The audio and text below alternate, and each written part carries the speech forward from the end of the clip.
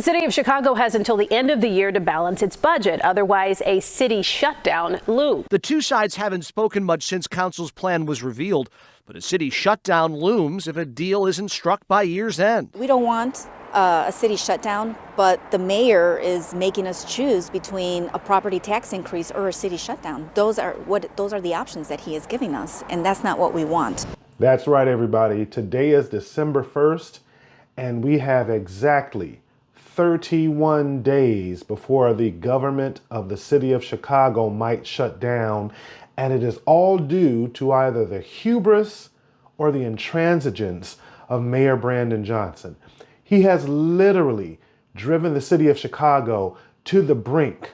They are on the precipice of actually shutting down the government of the city of Chicago because this mayor has overspent on priorities that the citizens of Chicago do not agree with, and the aldermen have polled the people of the city of Chicago, and here are the results. Some Chicago aldermen want the mayor to drop his property tax hike plan. They say a new poll of city residents is definitive. Cut spending instead. Yeah, Sylvia and Terrence, that poll is commissioned by 14 alder people who say it confirms what they've been hearing from their residents. Approve a $150 million property tax increase at your own peril. 78% of respondents in the poll conducted by Change Research say they would vote against their alderperson in the next election if they go along with the mayor's property tax proposal.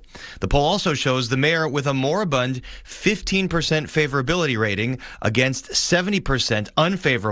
And 16% of respondents say they believe he's taking a new collaborative approach to fund city services. Okay, I want you to take a minute and think about this. 78% of Chicagoans polled told their aldermen that if you vote for a property tax hike, that they are going to vote for another candidate and get their alderman out of office. Also, Brandon Johnson has a 15% approval rating. Only 15% of the 2.7 million people in the city of Chicago agree with his approach. 15%. That means 85% either disapprove or they don't have an opinion, but according to this poll, 70% of people in the city of Chicago disapprove of how he's handling things, and only 16% believe that the mayor of Chicago is being collaborative. That means that 84% blame the mayor for what's going on in the city of Chicago.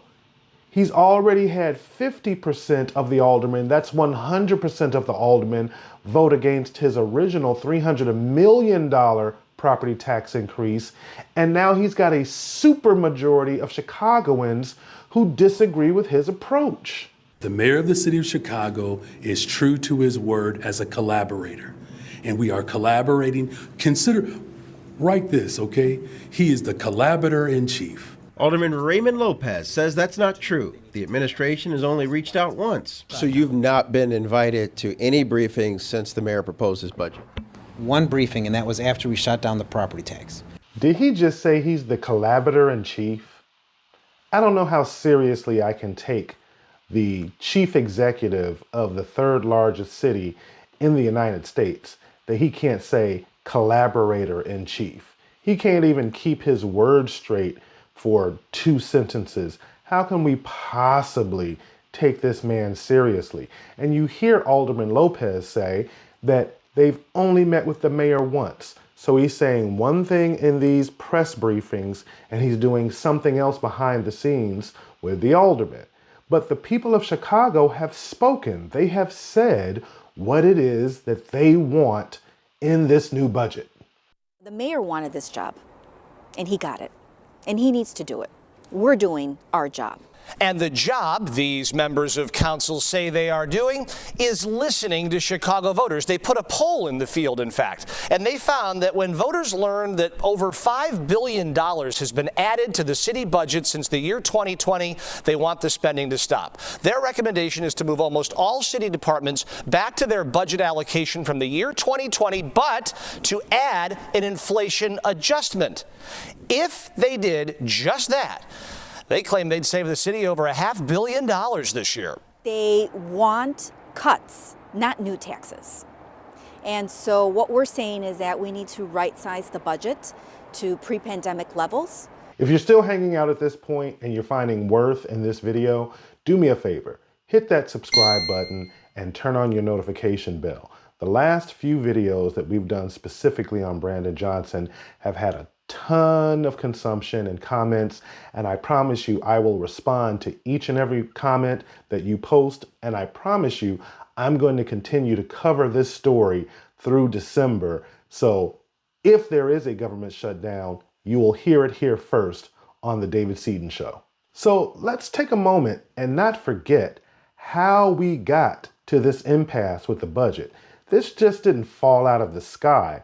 And don't take my word for it. I want you to hear from Alderman Anthony Beale. He lays it out perfectly. Why would we spend over $600 million on migrants when you know we have a deficit like this? Why didn't we have a hiring freeze or start furlough days back in March and April if you knew we had a deficit like this coming? And so there was no preparation. So it's just bad decisions going forward. Okay, so we're in this problem. We got to do something. What would you do to plug the hole?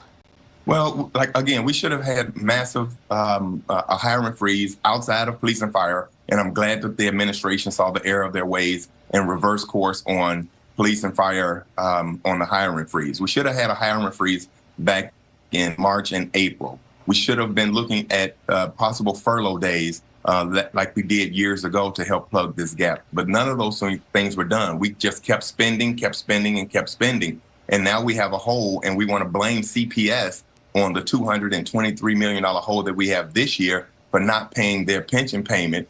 However, if we had not spent $600 million on the migrants, we wouldn't have a deficit this year going forward. And so we have created this disaster that we're in, and now we want to point fingers and blame everybody else for the bad decisions that this administration has been making. Okay, I want to ask you about something you just mentioned there. You called the fact not to include police and fire in the hiring freeze a reversal of a decision from the Johnson administration. They're saying it wasn't a reversal, that was the plan all along.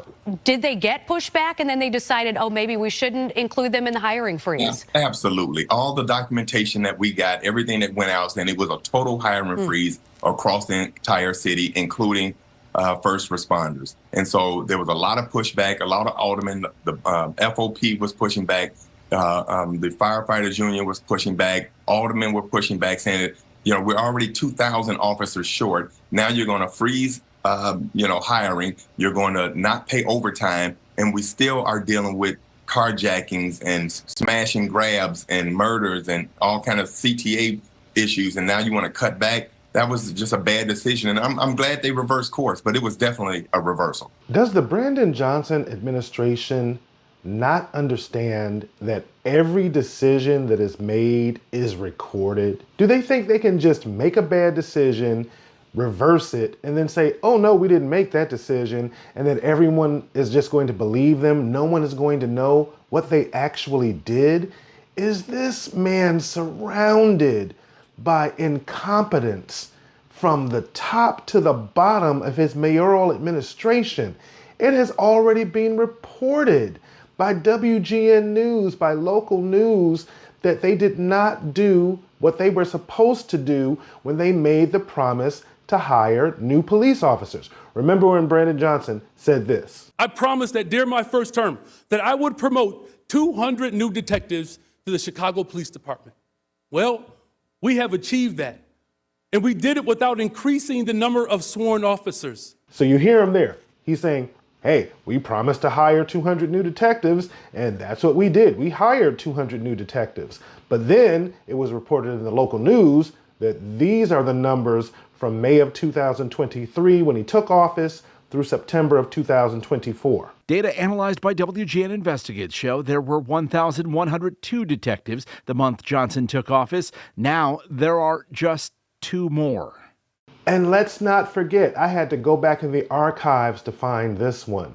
Brandon Johnson was on the record when he was running for mayor that he wanted to defund the police. I don't know if anybody remembers seeing this exchange, but this is what he said on local WCPT radio in Chicago before he became mayor. The president of the United States, the former president of the United States, President Barack Obama, took it one step further as well, and basically said that the effort of the defund police movement lost an audience because of that that slogan, I guess is what he's calling it, which I don't look at it as a slogan. It's an actual real political goal. And then during the debate with Paul Vallis in the runoff, they asked him about that statement, and this is how he responded. So, Mr. Johnson, what do you say to Chicagoans who do want more officers in their neighborhoods? Well, my public safety plan does just that.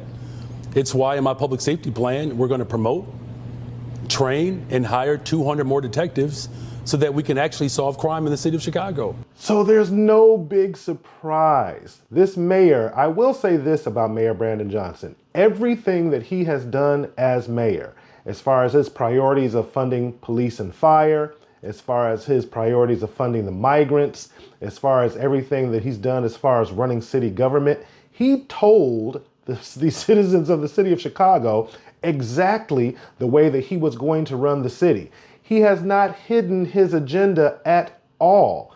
But now that he's actually running the city, he's running into these problems because remember, this man's longest held job before he became mayor was a 4th grade social studies teacher. You can go on LinkedIn and look up his name and you'll see his resume there. So the question we need to ask ourselves, this far left progressive agenda that this mayor continues to espouse, he continues to push. He's gotten a 50-0 vote in the city council of the aldermen voting down his property tax increase. He only has a 15% approval rating among the citizens of the city of Chicago. And I have a prediction for you. If you're listening to this video, please pay attention. If the city of Chicago's government shuts down on December 31st, because as it stands right now, Brandon Johnson is on the record saying he's not going to fire or furlough anyone. He's not going to decrease any employment. His solution is to raise property taxes or find some other revenue stream. The city council and the people of the city of Chicago are saying cut spending. So we might very well find ourselves on December 31st with the city of Chicago's government shut down. But please listen to me. If on January 1st, there is a blizzard in the city of Chicago and people are trying to get to work and there are not plows on the streets shoveling the snow, if seniors are not being given the services that they need from the city, if the city shuts down because of this mayor's intransigence, the people in this poll are on the record saying that they are going to place the blame at his feet. And if that happens, I am predicting right now, December 1st, 2024, that this mayor may very well have to resign. The level of incompetence, the crescendo of the city government shutting down, I believe, is going to be too much for him to handle. But I want to hear from you. Do you think he is going to acquiesce and actually come up with a budget and let the city council, as the legislative branch of the city of Chicago, implement what the citizens of the city of Chicago have told them? Or do you think he is going to continue to just hold his ground and not capitulate in any potential way? Tell me what you think is going to happen to this mayor if the city shuts down and we wind up having a bad winter in the city of Chicago. Like I said before, do me a favor, subscribe, turn on that notification bell so you'll be aware of these videos. I'm going to continue to talk about this particular issue with Mayor Brandon Johnson in the city of Chicago through the month of December. Leave a comment, like the video, and most of all, share it, and I'll catch you in the next one.